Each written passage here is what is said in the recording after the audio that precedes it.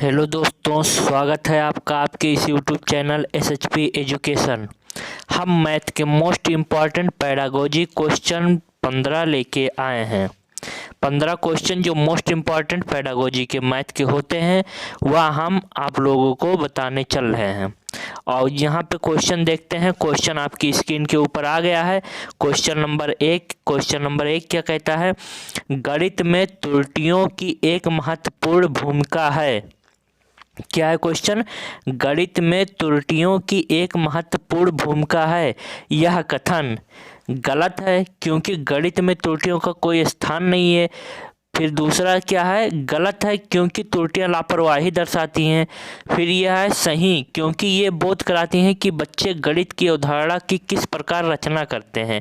फिर option D है सही क्योंकि ये विद्यार्थियों को उनके प्राप्तांकों के बारे में फीडबैक देती है। तो यहाँ पे हमारा ऑप्शन देखते हैं। ऑप्शन इनमें से कौन सा हो जाएगा? ऑप्शन सही हो जाएगा ऑप्शन नंबर सी। ऑप्शन सही सी इसलिए हो जाएगा क्योंकि बच्चे जब त्रुटियां करते हैं, जब गणित की किसी अवधारणा को अच्छी तरह से समझ नहीं पाते हैं, अतः गणित में त्रुटियां जो होती है शिक्षक को यह जानने में मदद करती है कि बच्चों ने गणित की अवधारणा को अपने दिमाग में किस प्रकार बैठाया है। इसलिए यहाँ पे हमारा ऑप्शन सही हो जाएगा ऑप्शन नंबर सी। अब चलते हैं दोस्तों अगले क्वेश्चन पे। अगला क्वेश्चन हमारा क्वेश्चन नंबर 2 आपकी स्क्रीन के ऊपर आ गया है। क्वेश्चन 2 क्या कहता है? कक्षा 2 के शिक्षक ने योग मतलब जोड़ के निम्नलिखित शाब्दिक प्रश्न को विद्यार्थियों को हल करने हेतु दिया। एक टोकरी में 5 सेब हैं एवं उसमें 7 सेब और डाल दिए गए। अब टोकरी में कितने सेब हैं? इस प्रकार का शाब्दिक प्रश्न निम्नलिखित में से किस मॉडल श्रेणी से संबंधित है? तो यह हमें बताना है किस मॉडल से संबंधित है। संवर्धन से है कि योग की पुनरावृत्ति से है कि पृथक्करण से है कि समुच्चयन से है? तो संवर्धन से तो होगा नहीं। योग की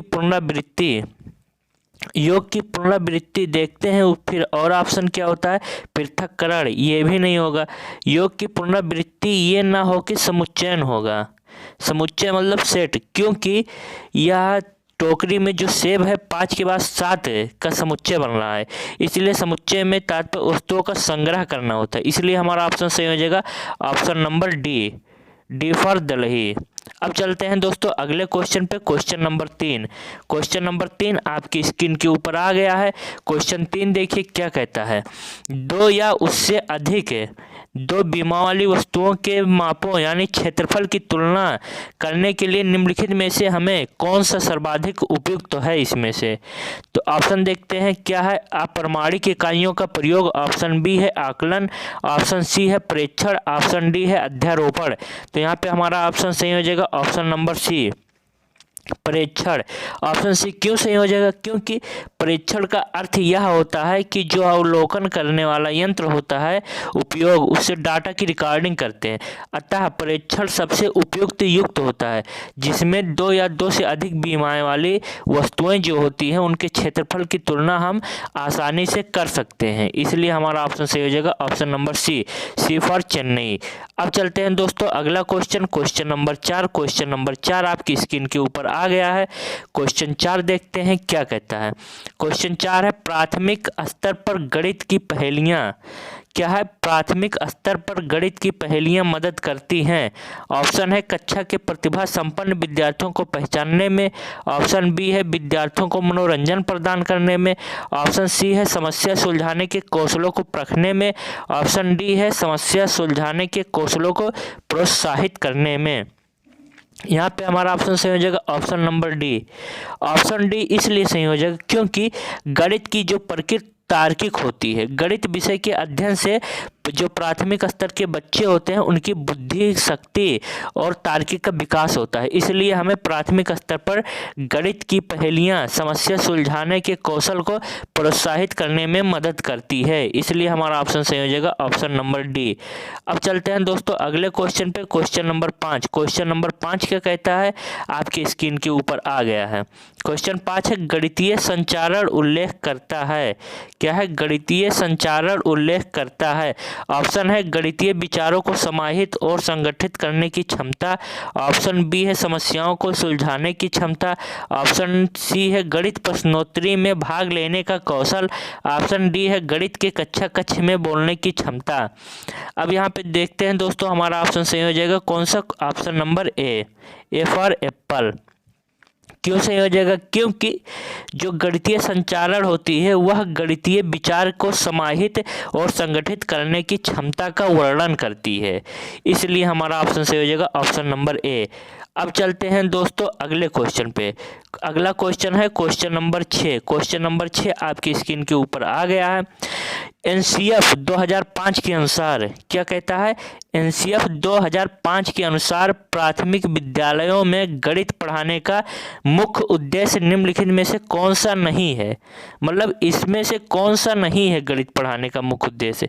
ऑप्शन है बच्चे की सोच विचार प्रक्रिया को गणितीय रूप देना, ऑप्शन बी है बच्चे के संदर्भ में गणित का वर्णन करना, ऑप्शन सी है समस्या समाधान के कौशल को बढ़ाना, ऑप्शन डी है गणित के उच्चतर पढ़ाई की तैयारी करना। तो ये ऑप्शन डी है गणित के उच्चतर पढ़ाई की तैयारी करना। तो यहाँ पे हमारा ऑप्शन सही हो जाएगा ऑप्शन नंबर ए। इसमें हमारा क्या पूछा कौन सा नहीं है, इसलिए हमारा ऑप्शन सही हो जाएगा ऑप्शन नंबर ए। क्योंकि एनसीएफ 2005 के अनुसार प्राथमिक विद्यालय में गणित पढ़ाने का मुख्य उद्देश्य बच्चे की सोच विचार प्रक्रिया को गणितीय रूप देना होता है, इसलिए हमारा ऑप्शन सही हो जाएगा ऑप्शन नंबर ए। अब चलते हैं दोस्तों अगले क्वेश्चन पे, क्वेश्चन नंबर 7। क्वेश्चन नंबर 7 आपकी स्क्रीन के ऊपर आ गया है। बहुत ही अच्छा ऐसा क्वेश्चन है। क्वेश्चन देखते हैं क्या कहता है। क्वेश्चन है निम्नलिखित में से कौन सा कथन सही है? इसमें देखना है चारों में से कौन सा कथन सही है। संख्या 9 के बाद शून्य का परिचय दिया जाना चाहिए, ऐसा बिल्कुल नहीं, शून्य तो स्टार्टिंग में दिया जाना चाहिए। स्थानीय मान सिखाते समय शून्य का परिचय दिया जाना चाहिए, ऐसा भी नहीं है। पढ़ाई जाने वाली प्राथमिक संख्या शून्य होनी चाहिए, ये हो सकता है। लेकिन फिर आगे देखते हैं बच्चों में संख्या ज्ञान विकसित होने के बाद शून्य का परिचय दिया जाना चाहिए, ये हमारा सही हो जाएगा। तो ऑप्शन सही हो जाएगा हमारा ऑप्शन नंबर डी। डी क्यों सही हो जाएगा? क्योंकि बच्चों में संख्या ज्ञान विकसित होने के बाद शून्य का परिचय दिया जाना चाहिए। अगर ऐसा नहीं किया गया तो बच्चों को शून्य समझने में कठिनाई होगी कि इसका क्या मतलब होता है। अब चलते हैं दोस्तों अगले क्वेश्चन पे, क्वेश्चन नंबर 8। क्वेश्चन नंबर 8 देखते हैं, आपकी स्क्रीन के ऊपर आ गया है क्वेश्चन नंबर 8। क्वेश्चन 8 क्या कहता है? कक्षा 3 के विद्यार्थियों को आधे की संकल्पना का परिचय देने के लिए शिक्षक निम्नलिखित क्रियाकलापों की योजना बनाता है। क्या बनाता है योजना? देखेंगे हम। चित्र दिखाता है जिसमें आधा प्रदर्शित किया गया है, फिर आधे का चिन्ह लिखता है, फिर बहुत सारे मूर्त पदार्थ को आधे में विभाजित करता है, फिर कहानी या शब्दों के प्रयोग से आधा प्रदर्शित करता है। तो यहाँ पे देखते हैं कौन सा श्रेणी क्रम से पहले है। तो हम क्या करेंगे, पहले जो होता है बहुत सारे मूर्त पदार्थों को पहले ये लिखेंगे, बहुत सारे मूर्त पदार्थों को आधे में विभाजित करता है। क्या होगा? बहुत सारे मूर्त पदार्थों को आधे में विभाजित करता है, पहले पे ये लिख देंगे। फिर उसके बाद क्या करेंगे, चित्र दिखाएंगे जिसमें आधा प्रदर्शित किया गया, दूसरे पे ये हो जाएगा। फिर दिखाएंगे कहानी या शब्दों के प्रयोग से आधा प्रदर्शित करते हैं, फिर तीसरे पे ये हो जाएगा। फिर दिखाएंगे चौथे आधे का चिन्ह लिखता है, उसके बाद हम आधे का चिन्ह लिखेंगे, उसके बाद हम आधे का चिन्ह लिखेंगे। इसलिए हमारा कौन सा ऑप्शन सही हो जाएगा? पहले 3 होगा, फिर 1 होगा, फिर 4 होगा, फिर 2 होगा। तो इसलिए हमारा ऑप्शन सही हो जाएगा ऑप्शन नंबर ए। ऑप्शन क्या हो जाएगा? Option number A. अब चलते हैं दोस्तों अगले क्वेश्चन पे, क्वेश्चन नंबर 9।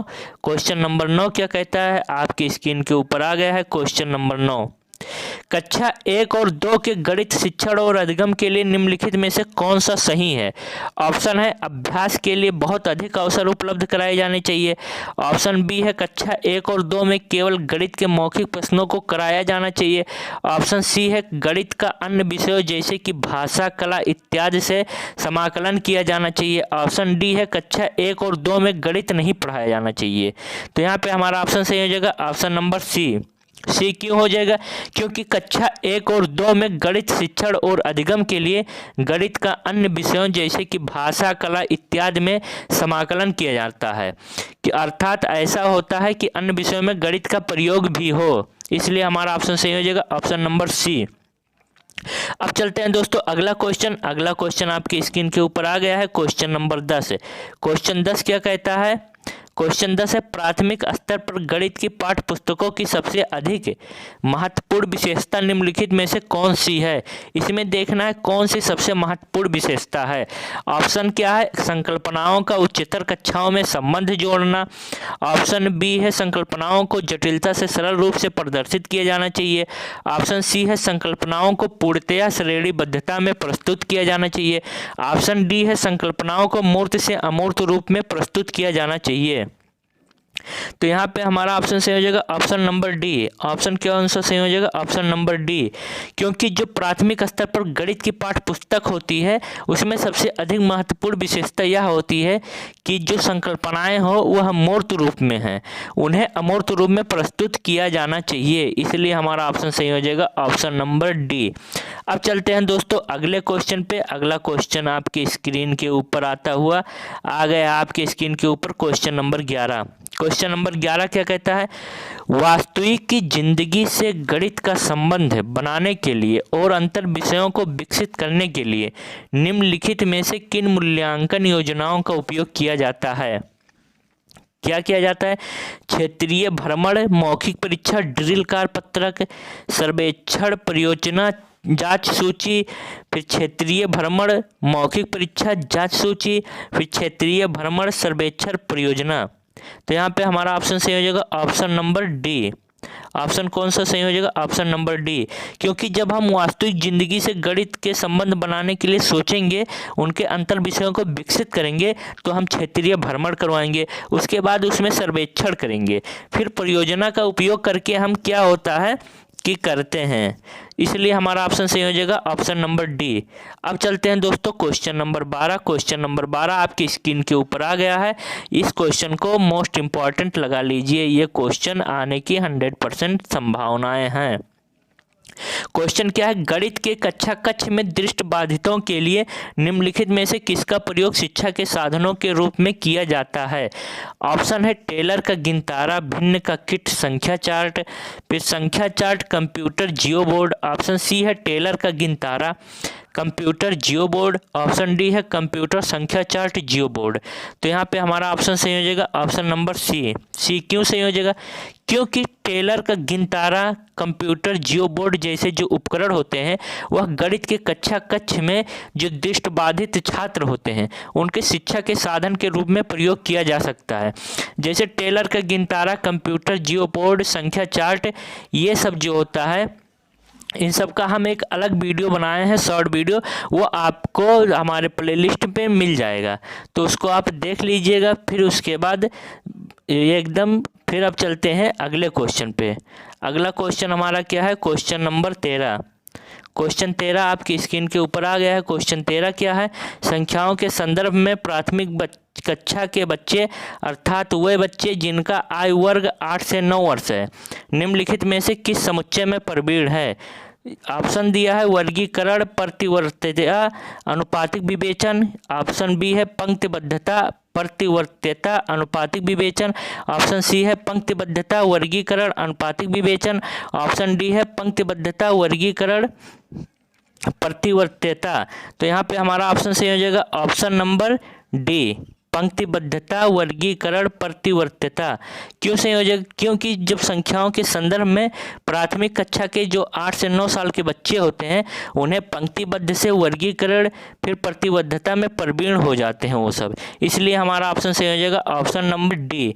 अब चलते हैं दोस्तों अगला क्वेश्चन, क्वेश्चन 14 देखते हैं। क्वेश्चन 14 क्या है? आपकी स्क्रीन के ऊपर आ गया है। आकृतियों के निम्नलिखित पहलुओं में से किसका प्राथमिक स्तर से कोई संबंध नहीं है? ऑप्शन है प्रतिरूप, पैटर्न, बी है कोड, सी है सममिति, डी है चौपड़।